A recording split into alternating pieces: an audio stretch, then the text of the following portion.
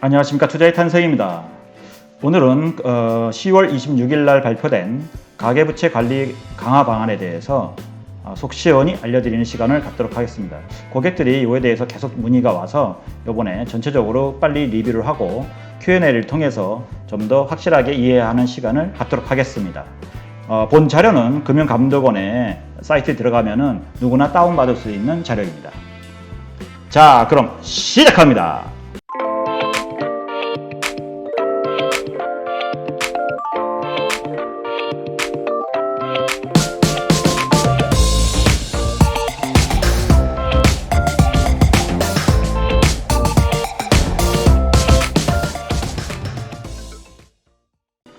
네, 가계부채 관리 방안에 대해서 말씀드리겠습니다. 최근에 17년 이후에 가계부채의 증가율은 하향 안정화 추세였다. 하지만 코로나 이후 자산가격 상승으로 인해서 가격세가 급격하게 확대됐다. 이게 이제 최근 동향입니다. 그래서 정부는 가계부채 관리와 실수요 지원이라는 상충된 목표를 종합 고려해서 금년도 가계부채 증가율을 5%에서 6%대로 설정했다라는 내용입니다. 하지만 금년도 상반기 중에 가계대출에 대한 증가세가 급증했다라는 내용을 담고 있습니다. 여기서 우리 경제를 위협할 최대의 잠재 위험 요인으로 부각이 됐다라고 좀 굉장히 무서운 소리를 썼는데 GDP 비중의 가계부채 비중을 2020년 들어서 보니까 100%를 초과했더라. 그래서 자산가격 조정 시에 거시 건전성이 악화가 될 가능성이 있다 라는 얘기입니다. 여기에 위기 발생 시 IMF 이런 내용도 표기를 해놨습니다. 또 이게 지금 증가율이, 그러니까 GDP 대비 가계부채 증가율이 좀 매우 빠른 속도로 증가하고 있다라는 내용이고요. 여기에 사실 우리나라의 가계부채는 전세 대출이 상당 부분을 차지하고 있는데 이걸 다 지금 포함해서 얘기하는 것이죠. 외국에는 전세라는 제도가 없기 때문에 전세 대출이라는 것 자체가 없습니다. 그래서 우리나라가 지금 100%가 넘었다. 다른 나라는 60에서 높아야 70%, 80% 정도를 유지하고 있는데 GDP 대비 가계 대출의 비중이 높아지고 있다라는 얘기를 지금 표시하고 있습니다. 근데 여기에 조금 내가 의아한 내용이 이제 들어와 있는데, 현재 우리 가계 부채 건전성을 고려를 해봤는데 외부 충격이 오면 차주의 부실이 확대되고, 그 다음에 금융회사의 부실로서 전이가 된 다음에 금융 시스템이 붕괴되는 이런 악순환의 발생 가능성은 매우 제한적이다라는데, 이게 뭔 소리냐? 즉 오히려 고신용도의 차주의 비중이 늘어났다. 17년도에 비해서 21년도 1, 4분기는 75.5%로 늘어났다. 이거 좋은 얘기죠. 즉 저신용도의 차주보다 고신용도의 차주가 더 늘어났다는 것은 오히려 금융 건전성이 아주 좋아졌다는 뜻입니다. 그리고 그 다음에 이제 금융 부채에 비해서 금융 자산의 어떤 비율이 어떠냐? 17년도 4, 4분기에는 2.17배. 근데 20년 4, 4분기는 2.21배로 오히려 더 늘어났습니다. 이게 21년도 데이터였으면 더 좋았을 뻔했는데, 그러니까 지금 오히려 금융자산이 더 좋아졌다. 그럼 오히려 가계부채가 건전성이 좋아졌다는 얘기인데 이 얘기를 여기다 써놨는지 조금 의아스럽습니다. 그리고 주택담보대출, 주담대의 평균 LTV가 16년도 말에는 53.5%에서 21년도 1, 4분기는 43.3%로 줄어들었다는 얘기죠. 즉 시세에 비해서 50%도 안 되는 그런 주택담보대출 비율을 가지고 있다라는 거죠.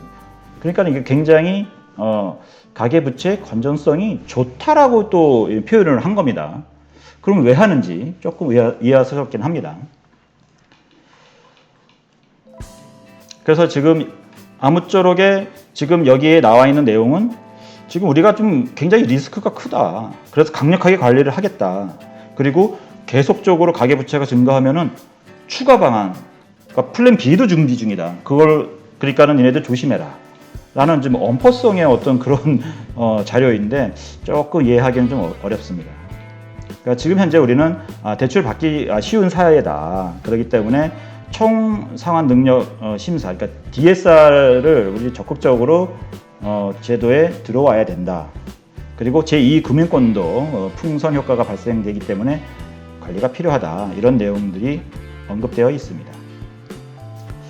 플랜 B도 준비하니 조심하세요. 이런 내용까지, 이런 내용들은 한번 3대 과제, 2대 기반 이런 거 한번 쭉 읽어보시면 이해하기 좋습니다. 여기가 이제 우리가 봐야 할 내용인데, 차주 단위로 DSR을 2단계, 3단계를 예전에는 내년 7월 이후, 그 다음에 23년도 7월 이후에 이제 그때 이제 하려고 했던 건데 당기겠다, 빨리 시행을 하겠다라는 내용이죠. 그러니까 현행 지금은 그 규제 지역 전체 6억 원 초과되는 데는 주택담보대출에 대해서 DSR이 적용되고 있습니다. 또한 또 신용대출도 1억 원이 초과된다 그러면은 DSR이 적용되고 있는데, 이게 원래는 내년 7월부터는 2억 원으로 이제 이거를 규제를 하려고 했는데, 이거를 당장에 뭐 2달 후에 22년 1월부터 총 대출액이 2억 원 초과된다 그러면은 DSR 규제를 하겠다.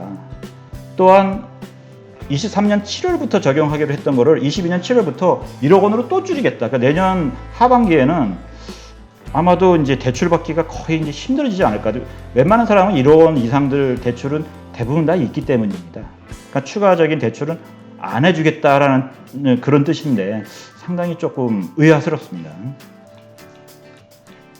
그리고 이게 제2금융권의 풍선 효과가 일어날 수 있기 때문에 여기도 좀 규제를 더 하겠다. 60%에서 50%로 이제 하향 조정하겠다라는 내용이고요.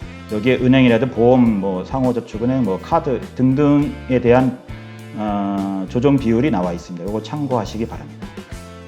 그래서 제2금융권도 신용대출의 경우 7년 보다가 5년으로 줄이겠다. 이 주택담보대출도 10년으로 받다가 8년으로 좀 줄이겠다. 그러니까 평균 만기를 조금 줄이겠다.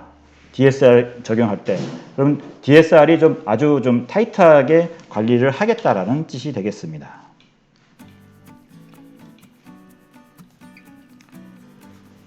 그리고 하나 또 우리가 봐야 될 내용이, 차주 단위 DSR 산정 시에 카드론도 들어가겠다. 그리고 앞으로 카드론에 대해서 다중 채무자 관련해서 가이드라인도 마련하겠다. 내년 1월부터 하겠다는 말이죠. 그러니까 지금 카드론도 강력하게 규제를 하겠다는 뜻입니다. 사실 좀 저소득자라든지 좀 취약계층은 상당히 이 카드론으로 이렇게 살고 있는 분들이 많은데 상당히 좀 어려움이 예상이 됩니다.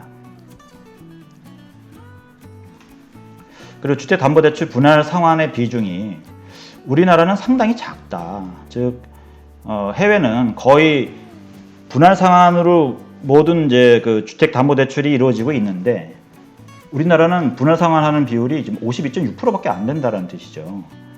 근데 사실 여기에 데이터가 사실 전세대출이 많이 들어가 있습니다. 전세대출이 많이 여기 써 있죠. 한국 가계대출의 분할 상환 비중이 낮은 주된 원인은 전세대출과 신용대출이다. 결국에 전세대출과 신용대출마저도 규제를 많이 하겠다라는 뜻입니다. 조금 의아스럽긴 합니다.